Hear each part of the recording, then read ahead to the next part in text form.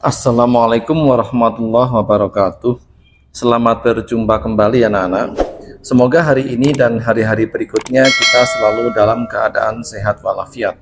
Dan untuk kawan kita yang hari ini tengah sakit, semoga segera disembuhkan Allah Subhanahu wa taala. Anak-anak, masih tentang jaringan komputer dan internet. Kali ini kita akan membahas tentang parity check.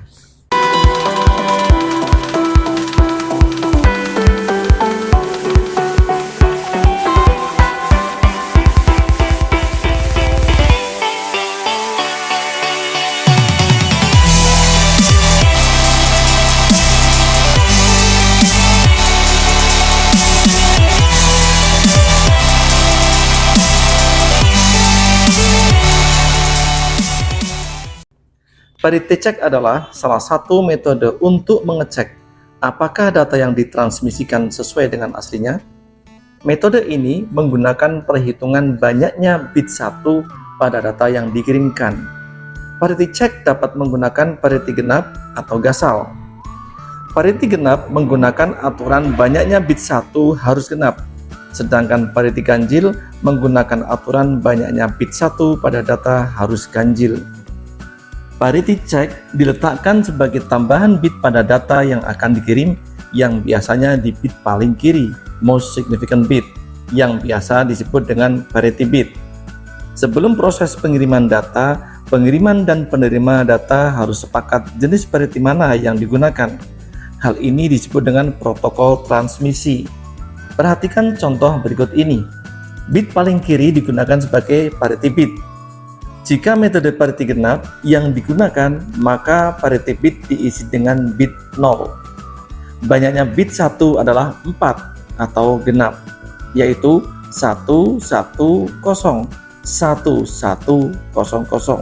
sehingga parity bitnya diisi dengan angka 0.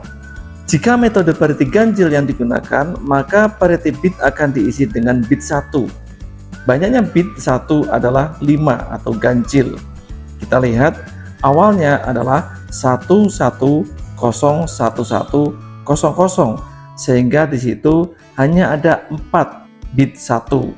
Sehingga kalau menggunakan metode parity ganjil, kita harus menambahkan angka 1 atau bit 1 pada parity bitnya, sehingga totalnya bit 1-nya berjumlah ganjil atau 5. Parity check berguna ketika kesalahan pengiriman data hanya muncul pada 1 bit. Namun ketika kesalahan terjadi pada 2 bit data, maka parity check tidak dapat mendeteksinya.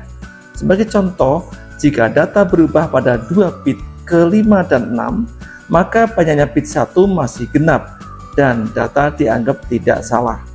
Data dikirimkan menggunakan parity genap dan berubah ketika diterima namun masih memenuhi parity genap.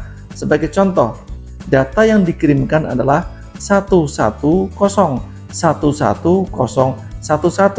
di mana jumlah bit 1-nya adalah genap, dan ketika diterima jumlah bit 1-nya yang diterima juga genap, yaitu 1101111, dan di situ dianggap tidak ada kesalahan.